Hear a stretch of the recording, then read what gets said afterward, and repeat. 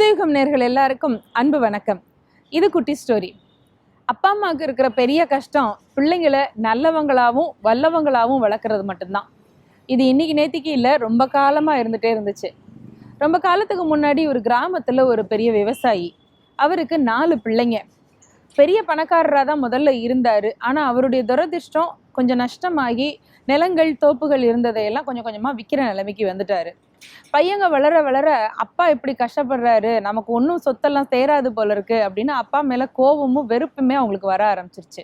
அப்பாவுக்கு பிள்ளைங்களை பற்றி என்ன கவலைன்னா, இவங்க 4 பேருக்கும் உழைக்கணுங்கிற எண்ணமே வரமாட்டேங்குது, இப்படி சோம்பேறிகளாக இருக்காங்க, நம்மளும் என்னென்னமோ செஞ்சு பார்த்தாலும் இவங்க திருந்த மாட்டேங்கிறாங்களே அப்படிங்கிற கவலை அப்பாவுக்கு. கடைசியாக அவருக்கு மிஞ்சின சொத்து அப்படிங்கிறது ஒரு 4 ஏக்கர் ஊருக்கு வெளியில் தரிசு நிலம் தான். இந்த 4 ஏக்கரையும் ஆளுக்கு ஒன்னொன்று அப்படின்ற மாதிரி பிரித்து எழுதிட்டாரு. அப்பா கடைசி காலத்துக்கும் வந்துட்டாரு. 4 பையங்களையும் கூப்பிட்டு சொன்னார், டேய் தம்பிகளா, என் மேலே நீங்கள்லாம் கோபமாக இருக்கீங்கன்னு நல்லா தெரியும், இருந்தாலும் இவ்வளவு கஷ்டத்துலேயும் அந்த 4 ஏக்கர் தரிசு நிலத்தை மட்டும் நான் காப்பாற்றி வச்சுருக்கேன், அதில் ஒவ்வொரு ஏக்கர் உங்கள் 4 பேருக்கும் நான் எழுதி வச்சுருக்கேன் அப்படின்னாரு. இந்த 4 பேரும் அப்படின்னு முகம் சுழிச்சாங்க. நீங்கள் ஏன் முகம் சுழிக்கிறீங்கன்னு எனக்கு நல்லா தெரியும், ஒன்றுத்துக்கும் உதவாத அந்த தரிசு நிலத்தை வச்சுக்கிட்டு நாங்கள் என்ன செய்யறது அப்படின்னு தானே யோசிக்கிறீங்கன்னு. ஆமாம், அப்புறம் அதை வச்சு என்னப்பா பிரயோஜனம், 10 காசு சம்பாதிக்க முடியுமா அப்படின்னு கேட்டான் மூத்த பிள்ளை. அப்பா சரி நினச்சிக்கிட்டாரு, உடைக்கிறதுக்கு இவர் யோசிக்க மாட்டாரு, ஆனால் காசு மட்டும் வரணும்னு சொல்கிறான் பாரு அப்படின்னுட்டு அப்புறம் சொன்னார், அது இல்லைப்பா, மற்ற நிலத்தை எல்லாம் நான் விற்றேன், ஆனால் இதை மட்டும் விற்காம ஏன் தெரியுமா வச்சுருந்தேன் அப்படின்னு. ஏன் வச்சுருந்தீங்க அப்படின்னா, உங்களுக்கு கொடுக்கறதுக்காக மட்டும் இல்லை, அந்த 4 ஏக்கருக்குள்ள நம்ம பரம்பரை புதையல் ஒன்று இருக்குது, அந்த பரம்பரை புதையலை காப்பாற்றி உங்களுக்கு கொடுக்கணுங்கிறதுக்காக தான் அந்த 4 ஏக்கர் நிலத்தை மட்டும் நான் விற்காம வச்சுருந்தேன் அப்படின்னு சொன்னார். அப்படியா, அது எந்த இடத்துல இருக்குது அப்படின்னு 4 பேரும் ஒன்றா கேட்டாங்க பாருங்க. அப்பா சொன்னார், அதை தண்டாப்பாங்களே நான் மறந்துட்டேன், ஞாபகம் இருந்தால் தான் இத்தனை வருஷத்தில் நான் தோண்டி எடுத்துருந்துருப்பேன்ல அதை, ஆனால் அந்த 4 ஏக்கருக்குள்ளே தான் இருக்குது, அதை இனிமேல் நீங்கள் தான் பார்த்துக்கணும், நீங்கள் பார்த்து எடுத்து சரிசமமாக பிரிச்சுக்கங்க அப்படின்னு சொல்லிட்டு அப்பா காலமாயிட்டார். இப்போ இந்த 4 பையங்களுக்கும் அப்பாவோட கடமையெல்லாம் முடிச்சுட்டாங்க. இந்த 4 ஏக்கர் தரிசு நிலத்துக்குள்ள எங்கே புதையல் இருக்குது அப்படின்னு தேடி கண்டுபிடிக்கிற ஒரு பெரிய ஆர்வம் வந்துச்சு. எப்படா அப்பாவோடைய அந்த இறுதி காரியமெல்லாம் முடிப்போம்னு காத்துக்கிட்டு இருந்தவங்க ஒரு நாள் 4 பேருமே ஒன்றா போனாங்க. முழு நிலத்தையும் பார்த்தாங்க, அங்கங்கே தேடி தேடி பார்த்தாங்க, ஆனால் எங்கேயுமே கிடைக்கிற மாதிரி தெரியல. ஒருத்தன் சொன்னா மம்பட்டி எடுத்து தோண்டி பார்த்துருவோண்டா அப்படின்னு, இன்னொருத்தன் கடப்பாரை எடுத்துகிட்டு வந்தான், இன்னொருத்தன் ஏறு பூட்டி உழவே ஆரம்பித்தான். இப்படி 4 பேரும் ஒவ்வொரு வேலையை பார்க்க ஒரு நாள் ஆச்சு, 2 நாள் ஆச்சு, 3 நாள் ஆச்சு, மாறி மாறி இவங்க வேலை பார்த்துக்கிட்டே இருக்காங்க. இதில் என்னென்னா புதையல் கிடைக்கவே இல்லை. அது ஒரு ஆழத்தில் வேற வச்சுட்டோன்னு வேற அப்பா சொல்கிறாருன்னுட்டு நல்லா ஆழமாக அதில் இருந்த பழைய கல் அதெல்லாம் எடுத்துட்டு அப்படியே எல்லாம் பார்த்து எல்லாத்தையும் கிளியர் பண்ணிட்டாங்க. பார்த்தா புதையல் மட்டும் கிடைக்கவே இல்லை.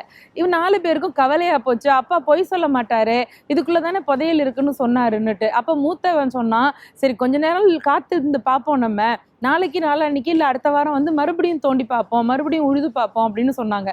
சரின்னு போயிட்டாங்க. இவங்க போன அன்னைக்கு நல்லா மழை பெஞ்சுது. இந்த மழையில் விவசாயிகள் சொல்கிற ஒரு வார்த்தை ஒன்று உண்டு, நல்ல உழவு மழை அப்படின்னு. அப்படின்னா நிலத்தை உழறதுக்கு தேவையான அளவுக்கு மழை பெஞ்சிருக்கு அப்படிங்கிறது அர்த்தம். அந்த மாதிரி உழவு மழையா அன்னைக்கு பெஞ்சிச்சு. அண்ணங்காரன் சொன்னா, நல்ல மழை பெஞ்சிருக்கு, அதுவும் உழவு மழையா, நாளைக்கு போய் மறுபடியும் உழுது பார்ப்போம், அப்போ அந்த இதில் புதையல் கிடைக்கிறது ஈஸி, ஏன்னா மண் வந்து பண்பட்டுருக்கும், அதுலேருந்து உள்ளுக்குள்ளே இருக்கிறத தோண்டி எடுத்துடலாம் அப்படின்னு பெரியவன் ஐடியா சொன்னான். சரிடா போவோண்டு 4 பேரும் ஒன்றா கிளம்பினாங்க. மறுநாள் 4 பேருமே ஏர் பூட்டி உழ ஆரம்பிச்சாங்க. உழுது பார்த்துக்கிட்டே இருக்காங்க, புதையல் மட்டும் கிடைக்கவே இல்லை. 2 நாள் ஆச்சு, 4 நாள் ஆச்சு. அப்போ இந்த 4 பேரோட மனைவிமார்களும் சொன்னாங்க, ஏங்க புதையல் வரும்போது வரட்டும், உழுது தான் உழுதுட்டீங்க, அதில் அப்படியே விதைய போடுவோமே அப்படின்னாங்க. சரி போட்டு பார்ப்போமே அப்படின்னு ஒருத்தன் உளுந்து போட்டான், இன்னொரு சோளம் போட்டான். இப்படி 4 பேரும் 4 விதமான பயிர்கள் போட்டாங்க. சரி பயிர் உள்ள விதை போட்டாச்சுன்னா அதுக்கு பராமரிக்கணும்ல, தண்ணி விடுறது, களை பறிக்கிறதுன்னு இந்த வேலைகளை எல்லாம் தொடர்ந்து செய்யவே ஆரம்பிச்சாங்க. கொஞ்சம் மாசத்துல பார்த்தா இவங்க விதை போட்ட அந்த பயிர்கள் எல்லாம் நல்லா செழிச்சு வளர ஆரம்பிச்சது. அதை எடுத்துட்டு போய் சந்தையில விற்க ஆரம்பிச்சாங்க. விற்க லாபம் வந்துச்சு. வந்த லாபத்துல ஒரு குறிப்பிட்ட தொகையை எடுத்து வச்சு மறுபடியும் விவசாயத்திலே முதலீடு பண்ணாங்க. 1 வருஷம் 2 வருஷம் ஆச்சு. 4 பேருமே கஷ்டம் நீங்கி நல்ல விதமான ஒரு நிலைமைக்கு வந்துட்டாங்க. அப்பத்தான் யோசிச்சு பார்த்தாங்க, அப்பா புதையல் இருக்குன்னு சொன்னாரு, அது ஏதோ பெரிய பானைக்குள்ள தங்கமும் வைரமும் இருக்கும் அப்படின்னு அர்த்தம் இல்லை. அது தரிசு நிலம்னு தூக்கி போட்டுறாம இறங்கி உழைச்சு உழுது விவசாயத்தை முறையா செஞ்சா பெரிய அளவுக்கு லாபம் வரும், அதுதாண்டா உங்களுக்கு நிஜமான புதையல் அப்படின்னு அப்பா படத்திலிருந்து சொல்லி சிரிக்கிற மாதிரி 4 பேருக்குமே பட்டுச்சு. புதையல்ங்கிறது அதிர்ஷ்டத்துல வர்றது இல்லை, அது இன்னைக்கு வரும் நாளைக்கு போயிடும். ஆனா வாழ்க்கையினுடைய நிஜமான புதையல் எது அப்படின்னா எப்பவும் தோற்று போகாத உழைப்பும் தன்னம்பிக்கையும் தான். சிந்திக்கலாமா? நன்றி.